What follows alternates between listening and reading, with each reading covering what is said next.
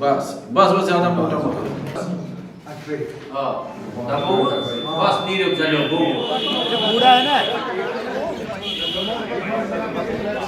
पहली बार निकले हैं वोट डालने के लिए। आप देख रहे हैं यूथ कश्मीर की जोक दर जोक निकल रही है। तो इसकी वजह ये है कि 370 टूटने के बाद हमारे बहुत मुश्किलात कश्मीर में पैदा हुए। हमारे यूथ को बहुत तंग किया गया। हमारा जो भी मतलब यहाँ पे ज़मीन है उसको कह रहे हैं ये घास चराई, वो उस पर जुल्म हुआ।